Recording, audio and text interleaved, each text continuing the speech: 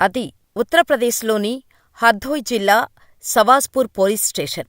ఏదో కేసు గురించి పోలీసులంతా డిస్కస్ చేస్తున్నారు. ఇంతలో ఓ వ్యక్తి వచ్చి, నేను అర్జెంటుగా సీఐతో మాట్లాడాలి అన్నాడు. ఇంకా సీఐ రాలేదు. ఓ కేసు మీద బయటకు వెళ్లారు. వెయిట్ చేయండి అని అక్కడున్న రైటర్ సమాధానమిచ్చాడు. ఓ అరగంట తర్వాత సీఐ ఇంకా రాలేదా సార్ అని అడిగాడు వచ్చిన వ్యక్తి. ఇంకా లేదు. అసలేం జరిగిందో చెప్పు. సార్, వచ్చేలోపు నేను కంప్లైంట్ రాస్తాను అని రైటర్ అన్నాడు. ఇంతలోనే సీఐ రావటంతో, అయ్యా, మీరే మా కాపురాన్ని నిలబెట్టాలి అంటూ సీఐ కాళ్లమీద పడిపోయినంత పనిచేశాడు. ముందు అసలేం జరిగిందో చెప్పండి, అప్పుడేం చేయాలో ఆలోచిద్దాం అన్నారు సీఐ. అంతే. అతను చెప్పిన విషయం విని పోలీసులతో సహా కంప్లైంట్ ఇవ్వటానికి వచ్చినవారు సైతం ఆశ్చర్యపోయారు. భార్యలు ఇలా కూడా ఉంటారా అని తలలు పట్టుకున్నారు. ఇంతకీ పోలీసులనే ఆశ్చర్యపరిచేలా ఏం జరిగింది? ఓ బెగ్గర్ రాసిన కుటుంబ కథాచిత్రం ఇప్పుడు చూద్దాం. యూపీలోని హర్దోయ్ జిల్లా హర్పల్పూర్ గ్రామానికి చెందిన రాజుది వ్యవసాయ ఆధార కుటుంబం. ఉన్న కొద్ది పొలంలో పంటలు పండిస్తూ గేదెలు, ఆవులు పెంచేవాడు. ఇక రాజుకి పెళ్ళిడు రాగానే ఇంట్లోని వాళ్లు సంబంధాలు చూడటం మొదలుపెట్టారు. ఎంతమందిని చూడటానికి పెళ్లి సంబంధానికి వెళ్ళినా ఎవరూ అంతగా నచ్చటంలేదు రాజుకి.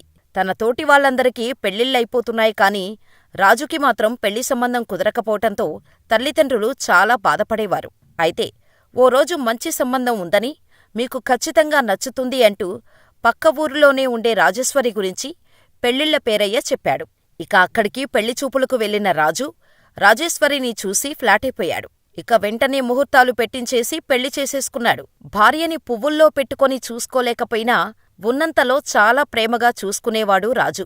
ఇక వీరి అన్యోన్య దాంపత్యానికి 6 పిల్లలు కూడా పుట్టారు. ఎంతో హ్యాపీగా ఉన్న వీళ్ల ఫ్యామిలీలోకి బిచ్చగాడి రూపంలో పెద్ద సమస్య వచ్చిపడింది. ఓ రోజు పక్క ఊరు నుంచి అడుక్కోటానికి వచ్చిన నాన్హే పండిట్ రాజు ఇంటికి వచ్చి తినటానికి ఏమైనా ఉంటే పెట్టమని అడిగాడు. అప్పుడే ఇంట్లోవారి కోసం రోటీలు చేస్తున్న రాజేశ్వరి వేడివేడిగా 2 రోటీలు నాన్హే పండిట్కు ఇచ్చింది. అయితే రాజేశ్వరి అందానికి ముగ్ధుడైన నాన్హే ఎలాగైనా ఆమెను ముగ్గులోకి దించి కోరికలు తీర్చుకోవాలని అనుకున్నాడు. అలా తరచూ అడుక్కోటానికని వచ్చి రాజు ఇంటి దగ్గరే తిష్టవేసేవాడు నాన్హే పండిట్. భర్త పొలం పనులకు, పిల్లలు స్కూలుకి వెళ్లటంతో రాజేశ్వరి కూడా నాన్హే పండిట్తో మాట కలిపింది. అలా కొన్ని రోజులకు రాజేశ్వరి నాన్హే పండిట్తో పీకల్లోతు ప్రేమలో పడిపోయింది. అతను రాకపోతే విలవిలలాడిపోయేది. ఏం తిన్నాడో, ఎక్కడ ఉన్నాడో అంటూ తెగ బాధపడిపోయేది. ఇక ఇటువంటి బాధలు ఉండకూడదని నాన్హే పండిట్ ఫోన్ నెంబర్ తీసుకొని ఎప్పుడు ఎక్కడ ఉన్నాడో తెలుసుకునేది. ఇక భర్త అలా పొలం పనులకు వెళ్లగానే బిచ్చగాడితో సెల్ఫోన్లో ప్రేమాయణం మొదలుపెట్టేది. నాన్హే పండిట్ వ్యవహారంపై భర్త రాజుకి అస్సలు అనుమానం రాకుండా జాగ్రత్త పడటమే కాదు, తాను మాట్లాడే ఫోన్ను కూడా చాలా సీక్రెట్గా ఉంచేది. కనీసం పిల్లలు తన ఫోన్ ముట్టుకున్నా కోపంతో ఊగిపోయేది. రాజేశ్వరితో వచ్చిన ఈ విపరీత మార్పుని రాజు గమనించాడు. అసలు ఫోన్ ముట్టుకుంటే ఎందుకంత కోప్పడుతుందని తెలుసుకోవాలని నిఘా పెట్టాడు. గంటల తరబడి ఒకే నెంబర్తో ఫోన్ మాట్లాడటాన్ని కనిపెట్టిన రాజు భార్యని మందలించాడు. 6 పిల్లలు ఉన్నారు. నీ ప్రవర్తన మంచిగా లేదు. నిన్ను చూసే పిల్లలు నేర్చుకుంటారు. బాధ్యతగా ఉండు అంటూ నచ్చజెప్పాడు. ఇక అప్పటినుంచి మరింత రెచ్చిపోయింది రాజేశ్వరి. నాన్హే పండిట్ను ఏకంగా ఇంట్లోకి రానిచ్చి రొమాన్స్ చేసేది. ఓ రోజు వీరిద్దరూ ఏకాంతంగా ఉండగా రాజు ఇంటికి వచ్చి మొత్తం చూసేశాడు. చిచి, నువ్వు ఇంత దిగజారుతావా? పిల్లల గురించి ఆలోచించకుండా బిచ్చగాడితో కులుకుతున్నావా అంటూ ఫైర్ అయిపోయాడు రాజు. ఇక భర్త కాళ్లపై పడిపోయిన రాజేశ్వరి ఇంకోసారి ఇలా చెయ్యను అంటూ భర్తను బతిమాలింది. పిల్లల గురించి ఆలోచించి రాజేశ్వరి గురించి పెద్ద మనుషులలో పంచాయితీ పెట్టించలేదు రాజు. ఈ ఘటన జరిగిన కొన్ని రోజులపాటు అసలు నాన్హే పండిట్ ఇంటి పరిసరాల్లోకి రాలేదు. కాని అలవాటుపడ్డ దేహం నాన్హే పండిట్ ఇచ్చే సుఖం కోసం అల్లాడిపోయేది రాజేశ్వరి. ఇక భర్తతో ఉంటే రోజూ గొడవలే అని ఓ ప్లాన్ వేసింది. జనవరి 3న కూరగాయలు, బట్టలు కొనాలి. మార్కెట్కు వెళ్తున్నాను అని మధ్యాహ్నం ఇంటినుంచి వెళ్ళింది. కాని రాత్రవుతున్నా ఇంటికి రాలేదు రాజేశ్వరి. కంగారు పడిన రాజు బంధువులకు ఫోన్ చేసి అడిగాడు. అలాగే గ్రామంలో చుట్టుపక్కలంతా గాలించాడు. ఎక్కడా ఆమె ఆచూకీ దొరకలేదు. ఇక ఆ రోజు నైటు పిల్లల కోసం రోటీలు చేసి పెట్టి వారిని పడుకోబెట్టాడు రాజు.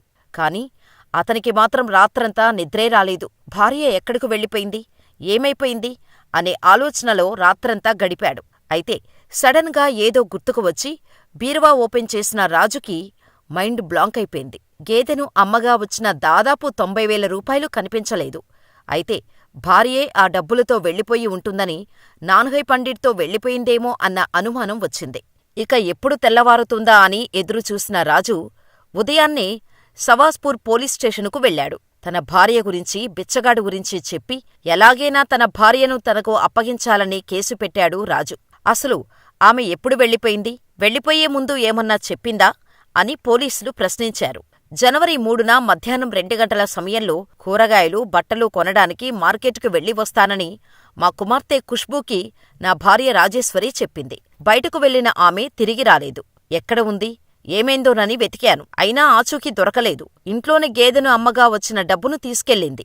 అప్పుడప్పుడు తన గ్రామానికి వచ్చే బిచ్చగాడు నాన్హే తన భార్యతో మాటలు కలిపి పరిచయం పెంచుకున్నాడని, తర్వాత ఆమెను మాయచేసి వలలో వేసుకున్నాడన్న రాజు రోజూ ఇద్దరూ ఫోన్లో మాట్లాడుకునేవారని పోలీసులకు చెప్పాడు. బిచ్చగాడు నాన్హే పండిట్ తన భార్యను కిడ్నాప్ చేసి ఉంటాడని కేసు పెట్టాడు రాజు. ఇక ఈ స్టోరీ వినగానే పోలీసులకు ఫ్యూజులు అవుటైపోయాయి. 6 పిల్లలను, భర్తను వదిలేసి బిచ్చగాడితో వెళ్లిపోయిన రాజేశ్వరి గురించి విని ఆశ్చర్యపోయారు. ఇక రాజు ఇచ్చిన ఫిర్యాదు మేరకు భారత న్యాయ సంహితలోని సెక్షన్ 87 ప్రకారం కేసు నమోదు చేశారు. ఈ చట్టం ప్రకారం నిందితుడికి 10 ఏళ్ల వరకు జైలు శిక్ష పడే ఛాన్స్ ఉంది. ఇక రాజేశ్వరి, నాన్హే గురించి గాలింపు చర్యలు మొదలుపెట్టినా ఇద్దరి ఫోన్లు స్విచ్ ఆఫ్ రావటంతో అసలు ఎక్కడికి వెళ్లిపోయారో పోలీసులకు ఎటువంటి లీడు దొరకటం లేదు. ప్రస్తుతం ఈ విషయం స్థానికంగా హాట్ టాపిక్గా మారింది. 6 పిల్లల్ని వదిలేసి బిచ్చగాడితో వెళ్లిపోవడమేంటని ప్రజలందరూ చర్చించుకుంటున్నారు.